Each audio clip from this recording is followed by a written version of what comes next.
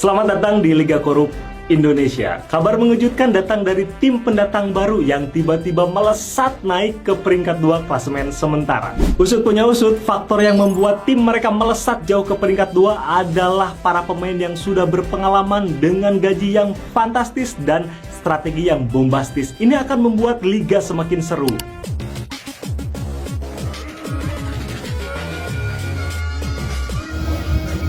Oke, teman-teman dan Bapak dosen, perkenalkan, nama saya Bandarinus Mukarno.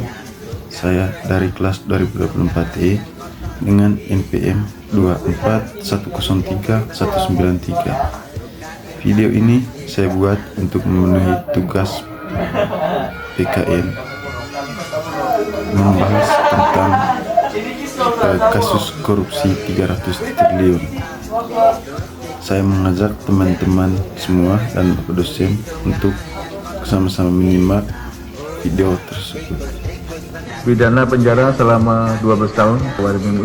Majelis Hakim mempertimbangkan tuntutan pidana penjara tersebut terlalu berat. Kasus korupsi ratusan triliun dengan vonis hukuman hanya 6,6 tahun penjara, terdakwa Harvey Mois kembali viral setelah Presiden Prabowo Subianto secara terang-terangan mengkritik vonis itu ketika berpidato di Musyawarah Rencana Pembangunan Nasional yang berlangsung di Gedung Bappenas, Menteng, Jakarta Pusat. Dalam pernyataannya, Prabowo menyayangkan vonis yang terlalu ringan kepada koruptor dan meminta Jaksa Agung untuk banding. Ngerampok triliunan, kalau triliunan, ratusan triliun. Vonisnya sekian tahun. Menteri Pemasyarakatan ya, Jaksa Agung ya, naik banding nggak? Naik banding ya? Naik banding. Vonisnya ya 50 tahun begitu kira-kira. Selain Prabowo, tokoh besar seperti Mahfud MD juga mengkritik keras kasus korupsi ini. Dalam postingan akun X-nya, Mahfud menilai kalau vonis hukum terlalu ringan dan menyatakan kalau keputusan hakim tidak logis. Mengapa kasus ini mengundang begitu banyak reaksi negatif? Untuk melihat secara jelas, aku akan menunjukkan kepada kalian sejumlah fakta menarik mengenai sidang putusan kasus korupsi timah Harvey Mois.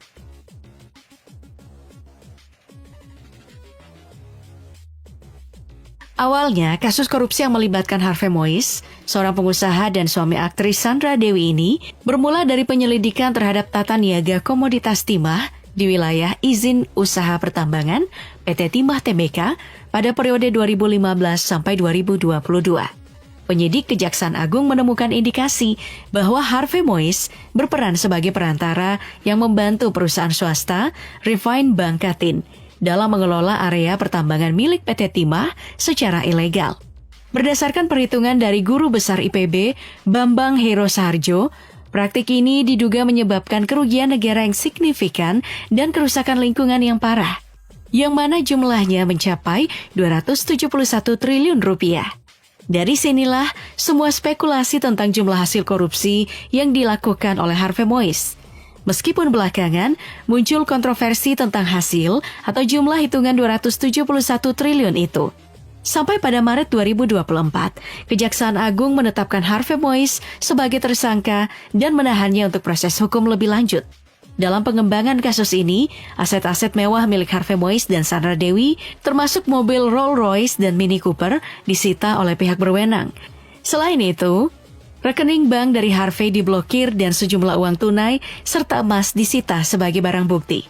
Sandra Dewi, meskipun tidak terlibat langsung dalam operasi bisnis suaminya, turut diperiksa sebagai saksi untuk memberikan keterangan terkait aliran dana dan aset yang ia miliki bersama suaminya.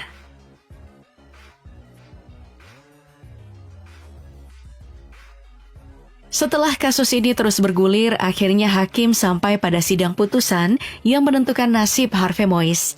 Tak disangka-sangka, hakim yang bertugas dalam mengadili Harvey Mois atas kasus korupsi timah ternyata memberikan hukuman yang sangat ringan atas kasus korupsi yang merugikan negara hingga ratusan triliun rupiah. Warganet pun langsung menyelidiki profil hakim yang bertugas atas putusan tersebut. Dan tidak butuh waktu lama, nama hakim yang bertugas sebagai pemutus vonis Harvey mencuat ke publik. Yang pertama, Eko Arianto. Hakim lulusan S3 Ilmu Hukum Universitas 17 Agustus 1945 ini langsung jadi bulan-bulanan netizen. Bahkan, sebuah akun anonim di Instagram sempat membocorkan data pribadi Eko Arianto. Aksi netizen yang ikut berbondong-bondong dalam menyampaikan kritik terhadap putusan Hakim Eko Arianto tentu saja didasarkan pada keputusan kontroversinya.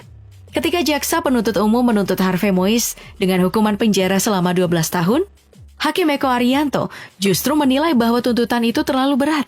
Keputusan subjektif Eko yang berpendapat bahwa Harvey Mois tidak terbukti berperan besar dalam hubungan kerjasama peleburan timah antara PT Timah Tbk dan PT Refine Bangkatin maupun dengan para pengusaha smelter peleburan timah lain, membuat Eko sebagai hakim ketua menyatakan bahwa tuntutan jaksa penuntut umum terlalu berat. Majelis Hakim mempertimbangkan tuntutan pidana penjara tersebut terlalu berat. Namun dari sisi Kepala Pusat Penerangan Hukum alias Kapus Penkum Kejaksaan Agung atau Kejagung Harli Siregar berpendapat bahwa bukti yang ada sudah benar secara substansi karena bukti yang dibawa JPU sudah sesuai dengan pasal 183 sampai 184 Kitab Undang-Undang Hukum Acara Pidana alias KUHAP terkait pemenuhan alat bukti. Meski begitu, Hakim Eko Arianto tetap berpendapat bahwa tuntutan JPU masih terlalu tinggi. Di samping itu, Hakim Eko juga menjadikan kesopanan Harvey Mois selama persidangan itu berlangsung sebagai salah satu faktor yang meringankan vonis hukumnya. Hal ini tentu saja menimbulkan kontroversi yang cukup luas di kalangan publik. Sebab, kesopanan selama persidangan seharusnya tidak memberi pengaruh besar terhadap hasil putusan hukum seseorang. Oleh karena itu, Mahkamah Agung menilai bahwa perlu ada perubahan undang-undang supaya bisa menghapus pertimbangan meringankan karena seorang terdakwa berbuat sopan selama persidangan. Keputusan Hakim Eko Arianto dalam memberikan vonis ringan kepada Harvey Mois menimbulkan gelombang protes dari berbagai kalangan, termasuk masyarakat umum dan tokoh nasional. Banyak pihak berpendapat bahwa pertimbangan subjektif seperti kesopanan terdakwa dalam persidangan tidak seharusnya menjadi dasar untuk meringankan hukuman atas kasus yang sudah merugikan negara dalam skala besar. Kontroversi ini, bila ditelaah lebih lanjut, dapat mendorong reformasi dalam sistem peradilan, termasuk revisi undang-undang yang lebih tegas dalam mengatur kriteria pemberian vonis, sehingga kasus serupa di masa depan dapat ditangani dengan lebih adil dan transparan.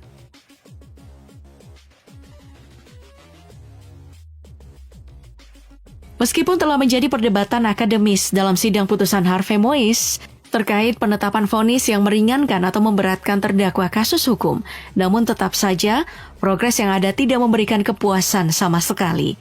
Hal ini pun semakin diperparah dengan beberapa momen persidangan yang sempat viral di sosial media. Salah satu momen yang membuat netizen geram dan semakin percaya kalau keputusan Hakim Eko Arianto tidak logis dan ada kong kali kong di baliknya, nampak ketika persidangan telah selesai dilaksanakan. Dalam momen yang tersorot kamera usai pembacaan dan penetapan vonis, Harvey Mois nampak berdiri dan tersenyum lega dengan vonis kasus korupsi yang ia terima. Senyum hangat itu semakin sumringah tatkala Harvey Mois pasca persidangan dapat memeluk istrinya Sandra Dewi dan beberapa kerabatnya. Ya, itu mungkin momen yang lumrah. Tapi di tengah momen itu, netizen dibuat geram. Sebab, kamera yang menangkap kemesraan Harvey Mois dan kerabatnya disaksikan langsung oleh para hakim dengan tatapan dan senyuman yang terlihat cukup terharu.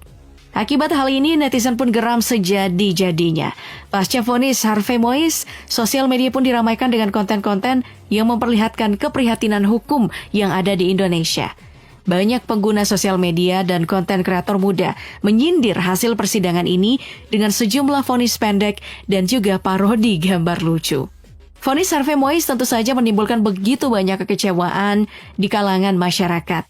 Meme-meme pun mulai bermunculan, mulai dari penyesalan menjadi warga negara Indonesia hingga video editan bermuatan negatif yang menampilkan Hakim Eko Arianto. Kalau pemimpin sudah seperti singa, menteri sudah seperti serigala, wa qudatuhum kal kilab, akan muncullah para penegak hukum yang mentalnya seperti anjing. Bukan hanya netizen, para influencer Indonesia juga turut serta meluapkan kekecewaan mereka terhadap putusan kasus ini. Misalnya saja Ferry Irwandi, influencer sekaligus pencetus Malaka Project ini, mengungkap di akun X-nya terkait status Harvey Mois dan Sandra Dewi yang diduga menjadi peserta penerima bantuan yuran fakir miskin. Dalam cuitannya, Ferry Irwandi berkelakar, "Jangan galak-galak ke mereka, guys. Mereka fakir miskin yang ditanggung sama pemerintah."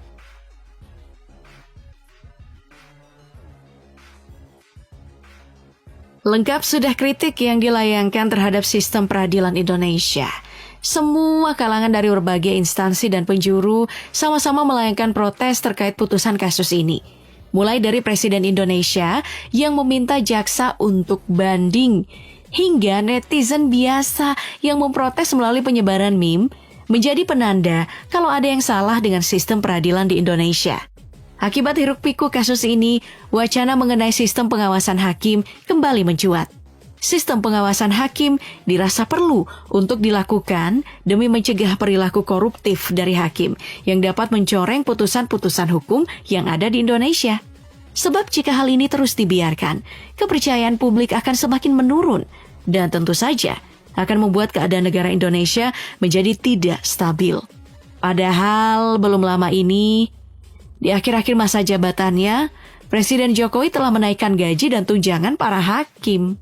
Selain sistem pengawasan hakim, upaya reformasi pengadilan juga sangat penting untuk dilakukan. Upaya reformasi pengadilan menjadi kebutuhan mendesak untuk memastikan integritas dan keadilan dalam setiap putusan hukum. Dalam konteks kasus Harvey Mois, reformasi ini mencakup perbaikan mekanisme seleksi hakim, peningkatan transparansi proses peradilan, hingga penguatan sanksi bagi hakim yang terbukti melakukan pelanggaran etik atau korupsi. Reformasi ini tidak hanya bertujuan untuk mencegah kasus serupa di masa depan, tetapi juga untuk menciptakan peradilan yang benar-benar berfungsi sebagai penegak keadilan tanpa kompromi terhadap tekanan, kepentingan pribadi, maupun korupsi. Baik teman-teman, di sini saya akan menjelaskan bagaimana kasus dalam video tadi bertentangan dengan nilai-nilai Pancasila seperti yang sudah kita lihat pada video tadi, yaitu kasus korupsi 300 triliun. Menurut saya teman-teman, kasus korupsi 300 triliun merupakan contoh kasus yang sangat memprihatinkan dan bertentangan dengan nilai-nilai Pancasila. Adalah penjelasan singkat tentang bagaimana kasus korupsi 300 triliun bertentangan dengan sila-sila Pancasila. Yang pertama itu teman-teman, berkaitan dengan sila pertama, yaitu ketuhanan yang Maha Esa. Seperti yang ada pada video tadi, itu kasus korupsi 300 triliun. Kasus ini menunjukkan ketidakadilan dan ketidaksetiaan terhadap nilai-nilai moral dan etika yang seharusnya dijunjung tinggi oleh setiap warga negara. Tindakan korupsi ini menunjukkan bahwa perilaku korupsi lebih mengutamakan kepentingan pribadi daripada kepentingan masyarakat dan negara. Dalam persepsi agama, korupsi juga dianggap sebagai tindakan yang tidak bermoral dan bertentangan dengan ajaran agama. Oleh karena itu teman-teman, kasus korupsi 300 triliun tersebut juga bertentangan dengan nilai-nilai spiritual dan moral yang dijunjung tinggi oleh masyarakat Indonesia. Tindakan korupsi ini menunjukkan ketidakpedulian terhadap kesejahteraan masyarakat dan negara. Perilaku korupsi ini mengutamakan kepentingan pribadi daripada kepentingan masyarakat dan negara, sehingga kasus ini menyebabkan kerugian besar bagi negara dan masyarakat. Seperti yang kita lihat, terjadi kerusakan lingkungan sehingga menyebabkan kerugian bagi masyarakat. Yang kedua bertentangan dengan sila Pancasila, yaitu kemanusiaan yang adil dan beradab. Kasus korupsi 300 triliun menyebabkan kerugian besar bagi negara dan masyarakat, sehingga bertentangan dengan prinsip keadilan dan kemanusiaan. Tindakan korupsi ini menunjukkan bahwa perilaku korupsi tidak peduli dengan kesejahteraan masyarakat dan negara. Dalam sila kedua Pancasila juga, keadilan dan kemanusiaan dijunjung tinggi sebagai nilai-nilai yang penting dalam kehidupan masyarakat. Oleh karena itu, seperti yang kita lihat tadi, kasus korupsi 300 triliun itu sangat bertentangan dengan nilai-nilai keadilan dan kemanusiaan yang dijunjung tinggi oleh masyarakat Indonesia.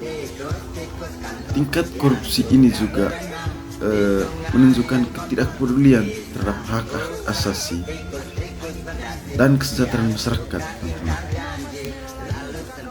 Pelaku korupsi ini mengutamakan kepentingan pribadi daripada kepentingan masyarakat dan negara, sehingga menyebabkan kerugian besar.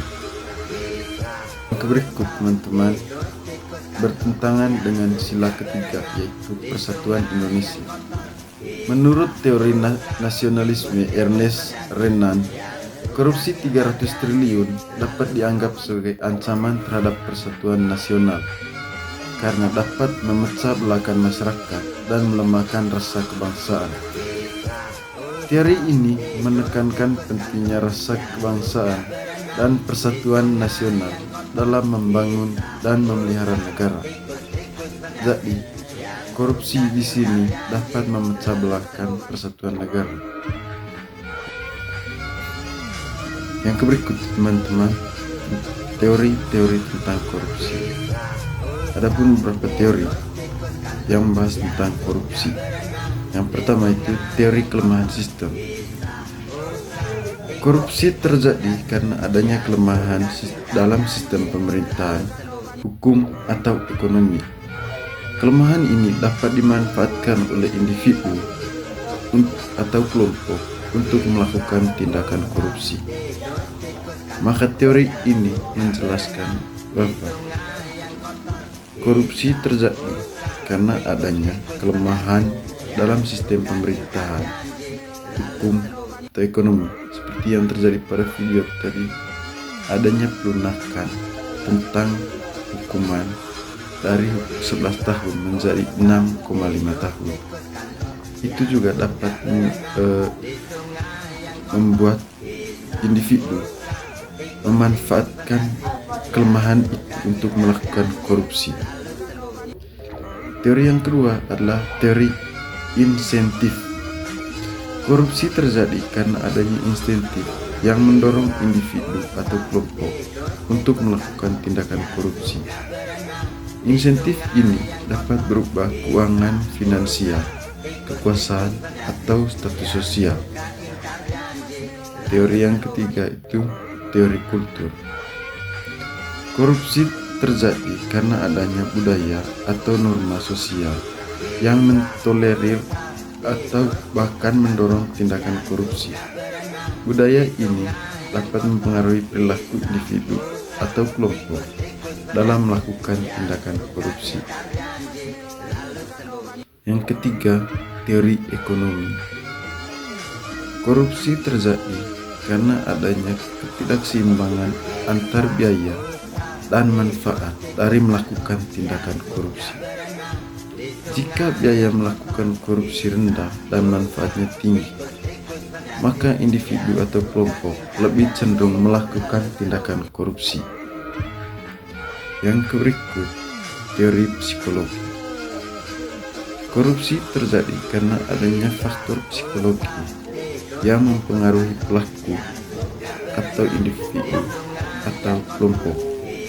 Faktor psikologi ini dapat berupa motivasi, sikap, atau kepribadian yang mempengaruhi keputusan untuk melakukan tindakan korupsi.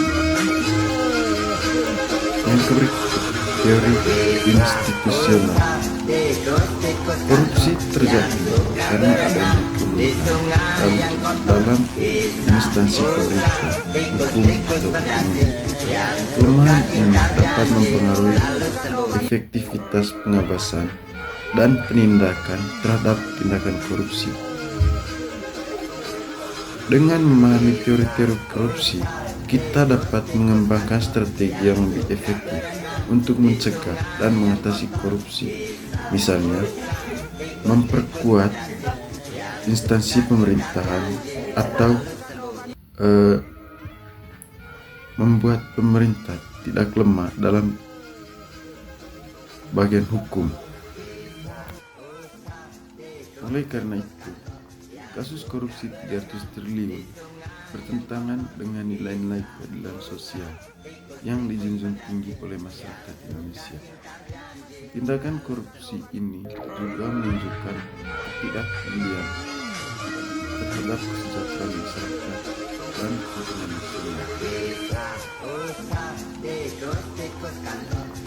Di sini, pelaku korupsi lebih mengutamakan kepentingan pribadi daripada kepentingan masyarakat dan negara. Sehingga pelaku tersebut dapat menyebabkan kerugian bagi negara. Dalam kasus ini, bahwa kasus korupsi sangat bertentangan dengan nilai-nilai dan menunjukkan ketidakpedulian terhadap kepentingan nasional dalam kesejahteraan masyarakat.